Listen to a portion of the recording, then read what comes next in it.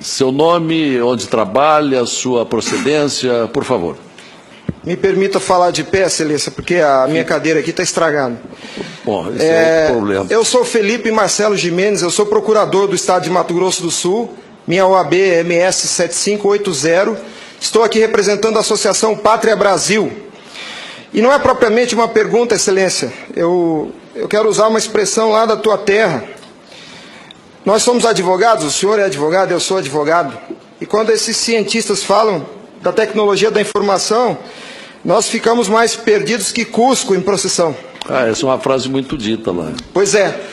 Acontece que o nosso povo vem sendo enganado por essa máquina, essa arapuca, porque sempre que olhamos para o problema, tentamos enxergá-lo através da tecnologia.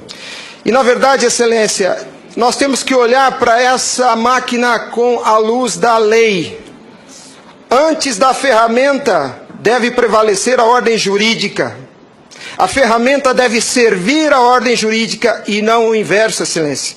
Nós estamos vivendo uma inversão, onde a ordem jurídica é posta de joelhos diante da ferramenta. Por falar em colocar de joelhos, a conduta do ministro Gilmar Mendes em protelar por 2 anos o cumprimento dessa lei deu motivo ao impeachment, ao pedido de impeachment. E eu vou mais além. Me parece que, na verdade, a conduta dele configura o crime de prevaricação, porque se omitir na obrigação do ofício é prevaricação. O que está acontecendo aqui, Excelência? Um dos pilares da República está sendo quebrado. Nossa democracia e a cidadania desse povo está sendo violada, desrespeitada. No entanto, eu quero lembrar aqui uma frase de Billy Graham, um homem que dedicou 99 anos da vida para o bem do próximo. Ele dizia: a coragem é contagiosa, e o senhor está vendo aqui só alguns dos corajosos que se levantaram. Há uma onda gigantesca sendo levantada nesse país, um tsunami que vem em direção a Brasília. Os cidadãos estão indignados. O Tribunal Superior Eleitoral não pode recusar o cumprimento à lei. Se fosse uma ordem judicial, o senhor, Excelência, não teria o direito de cumpri-la parceladamente. É uma lei, não tem vício de forma, nem de iniciativa, nem de conteúdo. Vou ao ponto. Fala-se muito da máquina, eu quero falar do ato jurídico. O senhor, como advogado, entende bem desse assunto. Somente o exercício do voto é secreto para garantir ao cidadão a liberdade de escolha. O ato seguinte, porque o processo eleitoral é feito de etapas, o ato seguinte é um ato administrativo. A contagem de um voto é um ato administrativo e se submete a um requisito de validade sob pena de ser nulo, que é o princípio da publicidade. Qualquer ato administrativo deve ser público. Entenda, Excelência, nós queremos auditar o fato jurídico, não é a máquina. Não nos interessa o software nem a máquina, nem antes nem depois. Nós queremos auditar o fato, que por natureza é um evento. O evento se perde. Por isso a necessidade de dar corpo físico ao fato da contagem do voto, para que se conheça, para que se cumpra o princípio da publicidade, porque a publicidade é erga omnes, é para todos os cidadãos, não é só para o eleitor que olha no visor. Essa contagem do voto deve ser feita para que todos os cidadãos tenham a oportunidade de fiscalizá-la. E não é a contagem de milhões de votos, é a contagem de um voto, de cada voto é um ato administrativo, e será nulo se não for público. Há vários princípios constitucionais que vêm sendo quebrados desde que essa arapuca foi inventada lá em 97. A cidadania, a publicidade, a moralidade, a legalidade e a própria república, porque nós cidadãos não temos sido respeitados na nossa escolha. Nossa escolha só será respeitada se ela for retratada no corpo físico da impressão para cumprir o princípio da publicidade. O exercício do voto é secreto, mas a contagem deve ser pública. E qual que é a artimanha da urna? Ela estende o segredo do exercício até a última etapa. E o sagrado BU, eu vou usar uma expressão de alguém, eu não lembro quem é o proprietário dessa frase. A seita do santo baite tem no altar o BU. O BU não prova nada, Excelência. Quando o BU é imprimido, já houve a contagem dos votos em segredo. A fraude já aconteceu, porque cada voto contado deve ser público. O BU informa ao senhor, Excelência, o total.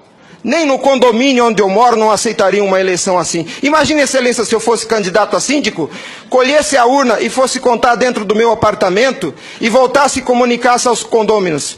Aqui está o resultado, eu fui eleito. O BU é a prova da fraude, Excelência. O BU é a prova da fraude. Doutora Simone, apesar de muito jovem, foi minha professora na faculdade. Ela é talvez a cabeça mais qualificada nesse Senado para rezar esse discurso, para dizer o que é um ato administrativo. Gostaria que ela estivesse aqui. O que acontece? Nós estamos sofrendo uma violação dos princípios republicanos, dos princípios constitucionais e principalmente, Excelência, da cidadania, porque nossa cidadania só existe na medida em que nosso voto seja respeitado, porque ele é o instrumento do exercício da cidadania, porque através deles elegemos os nossos escolhidos. E a nossa eleição, a nossa escolha tem sido apurada em segredo, e o fato se perde. Por isso que os adeptos da seita do Santo Baite dizem que nunca há fraude. Porque quando se procurar o fato dentro da máquina, ele já não está mais lá, ele está no BU. E o BU só tem o total da contagem dos votos, Excelência. Nós precisamos olhar para esse problema sobre a ótica da lei. Sobre a ótica da lei. Nós não podemos continuar aceitando esse engodo. E a lei que os senhores votaram, com uma representação maciça da outorga popular, só os senhores têm legitimidade para representar o povo brasileiro. Só os senhores. Os ministros da Justiça não têm essa legitimidade. Eles estão usurpando dos senhores as suas competências. Eles estão colocando esse Congresso Nacional de joelhos, porque estão se recusando a cumprir a lei. Eles estão, Excelência, eles estão cometendo abuso de autoridade. Abuso. Porque essa lei que os senhores votaram com 71% do Congresso Nacional, a derrubada do veto teve um peso de outorga popular maior do que as emendas à Constituição. 71% do Congresso Nacional disse, em nome do povo, será impresso o voto. E a lei, Excelência, não tem discricionariedade. A lei não permite fracionamento. Fracionar o cumprimento da lei é um abuso, é uma violação, é uma teratologia. Não há possibilidade de se fracionar o cumprimento da lei. Imagine o senhor, se o senhor fosse sujeito passivo de uma ordem de Gilmar Mendes, se ele aceitaria ouvir do senhor o seguinte: ministro, eu vou cumprir sua ordem, um pouquinho a cada ano. Até 2050, Gilmar Mendes, eu termino de cumprir a sua ordem. Imagina que ele aceitasse isso do senhor. A lei não tem discricionariedade. Não é possível cumpri-la pela metade. Em resumo, é isso, Excelência. E por fim, o direito dos senhores, a sua autoridade como representantes do povo está sendo vilipendiada. E por quem? Vou dizer mais. Não é por juízes. Os ministros, quando sentam na cadeira do Tribunal Superior Eleitoral para administrar esse serviço público, que é a eleição é um serviço público, não é jurisdição, não é um ato jurisdicional. Quando eles lá, sentados em seus gabinetes, estão administrando o processo eleitoral, são administradores sujeitos aos princípios constitucionais, como qualquer agente do executivo. A hibridez da justiça eleitoral tem confundido o povo. Mas a competência se dá, a função se dá em razão do cargo, não do indivíduo. Quando eles estão se desincumbindo do processo eleitoral, estão executando ato administrativo, não são juízes.